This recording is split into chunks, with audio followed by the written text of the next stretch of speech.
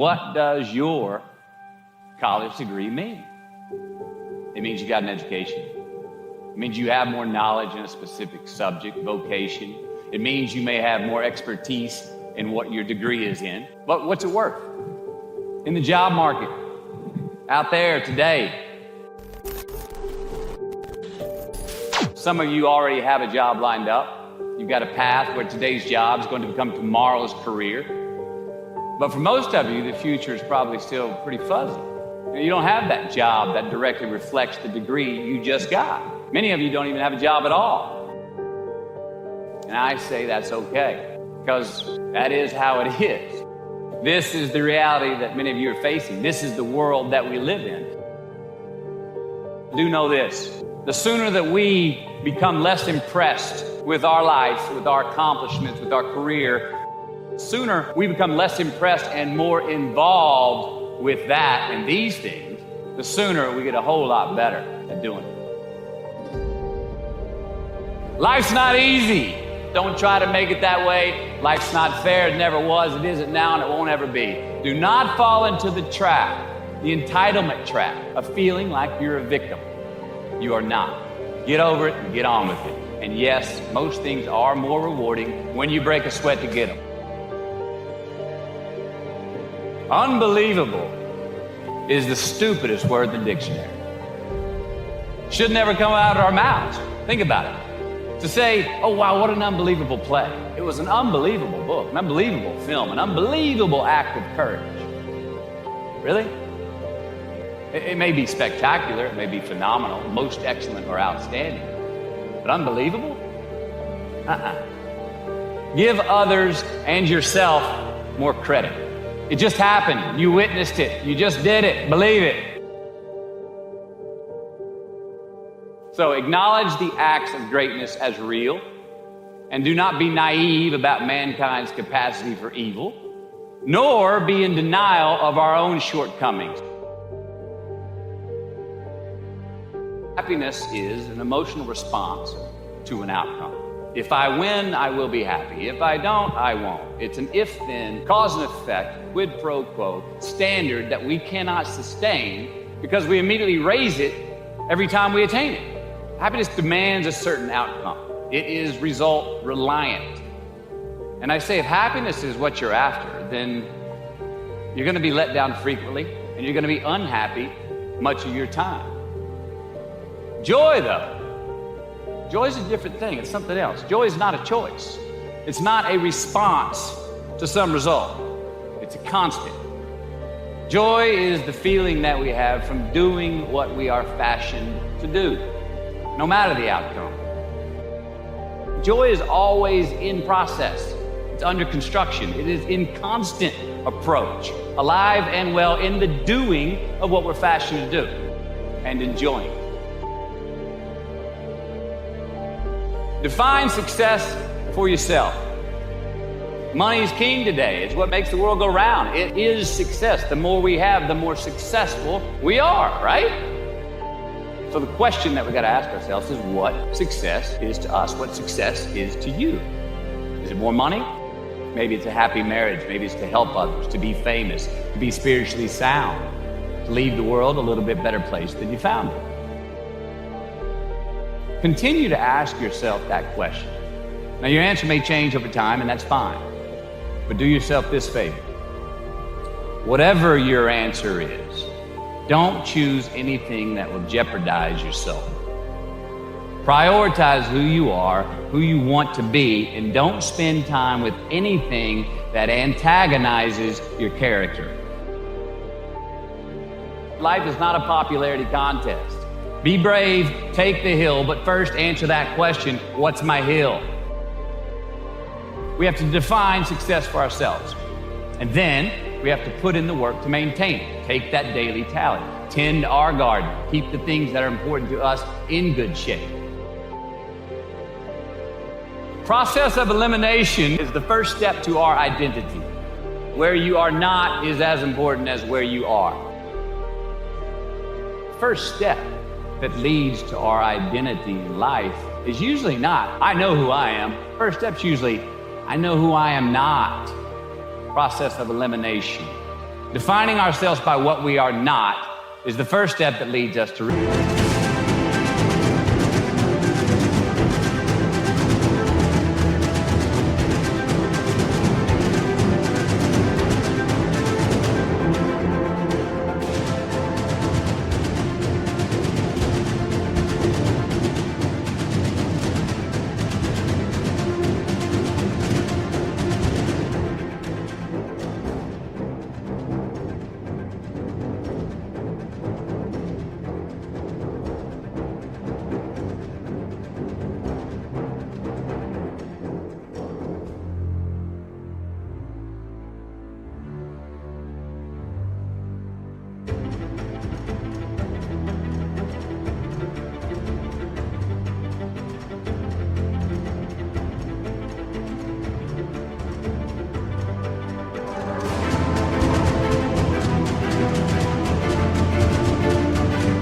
really knowing who we are. Don't leave crumbs. And the beauty of delayed gratification, or the crumbs I'm talking about, are the choices that we make that make us have to look over our shoulder in the future. They come in the form of regret, guilt, and remorse. You leave crumbs today, they will cause you more stress tomorrow, and they disallow you from creating a customized future in which you do not have to look over your shoulder. Instead of creating outcomes that take from us, let's create more outcomes that pay us back, fill us up, keep your fire lit, turn you on for the most amount of time in your future. These are the choices I'm talking about, and this is the beauty of delayed gratification. Make the choices, the purchases today that pay you back tomorrow. Residuals. Dissect your successes and the reciprocity of gratitude. We so often focus on failure, don't we? I find that most of the times our obsession with what is wrong just ends up breeding more wrong, more failure. The easiest way to dissect success is through gratitude, giving thanks for that which we do have, for what is working, appreciating the simple things we sometimes take for granted. We give thanks for these things, and that gratitude reciprocates, creating more to be thankful for. It's really simple, and it works. Now, I'm not saying be in denial of your failures. No, we can learn from them too, but only if we look at them constructively, as a means to reveal what we are good at, what we can get better at, what we do succeed at. Make voluntary obligations. I'm talking about the ones that we make with ourselves, with our own consciousness.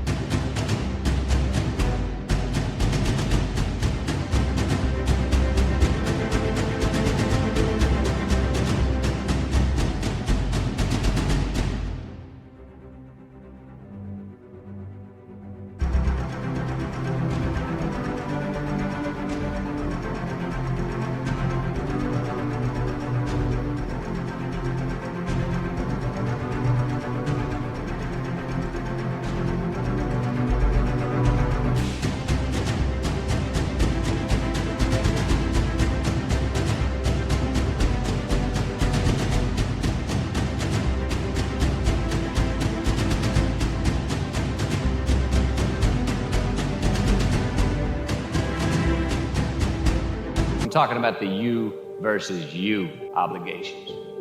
We have to have them. Now again, these are not societal laws and expectations that we acknowledge and endow for anyone other than ourselves. These are faith-based obligations that we make on our own.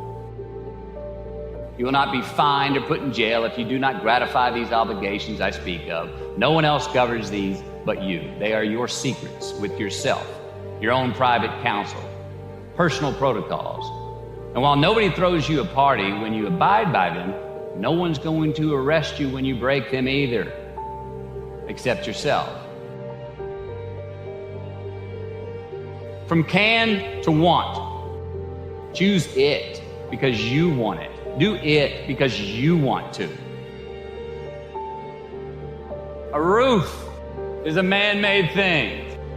Maybe you've had that feeling of, oh my God, life just cannot get any better than this moment. And ask yourself, do I deserve this? Now, what happens when we get that feeling? We tense up. We have this sort of outer body experience where we are literally seeing ourselves in the third person. And we realize that the moment just got bigger than us. And it's because we have created a fictitious ceiling, a roof, to our expectations of ourselves. A limit where we think it's all too good to be true, but it's not. We shouldn't create these restrictions on ourselves. Who are we to think that we don't deserve or haven't earned these gifts when we get them? It's not our right. But if we stay in process, all right, within ourselves, in the joy of the doing, we will never choke at the finish line. Why? Because we aren't thinking of the finish line. Because we're not looking at the clock. We're not watching ourselves on the Jumbotron performing the very act that we're in the middle of. No, we're in process. The approach is the destination, and we are never finished. We do our best when our destinations are beyond the measurement, when our reach continually exceeds our grasp, and when we have immortal finish lines. A place where we break a sweat, where we believe, where we enjoy the process of succeeding, where we don't have to look over our shoulder because we're too busy doing what we're good at, voluntarily keeping our own counsel because we want to. We write our own book, overcoming our fears. We make friends with ourselves. And that is the place that I'm talking about.